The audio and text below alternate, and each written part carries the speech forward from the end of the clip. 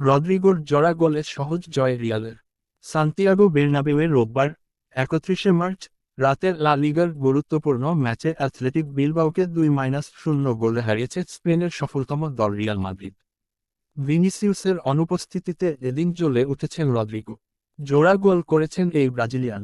চলতি মৌসুমে লিগের সবচেয়ে বেশি ক্লিনশিট রাখা দল এই অ্যাথলেটিক বিলবাও। তবে তাদের বিপক্ষে ২ গোল করে জানান দিল রিয়াল কেন লিগের শীর্ষ দল তারা। ম্যাচের ৮ম মিনিটেই এগিয়ে যায় রিয়াল।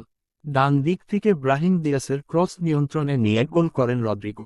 মাঝে অনেকটা সময়েই কোন সুযোগ তৈরি করতে পারেনি। তবে ৩৪ মিনিটে ক্রুজের দারুণ এক শট ঠেকিয়ে দেন বিলবাও গোলরক্ষক।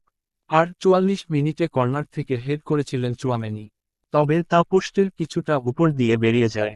দ্বিতীয় হাফের শুরু থেকে আক্রমণের পসরা সাজায় রিয়াল। তবে গোলের দেখা পাচ্ছিল না তারা।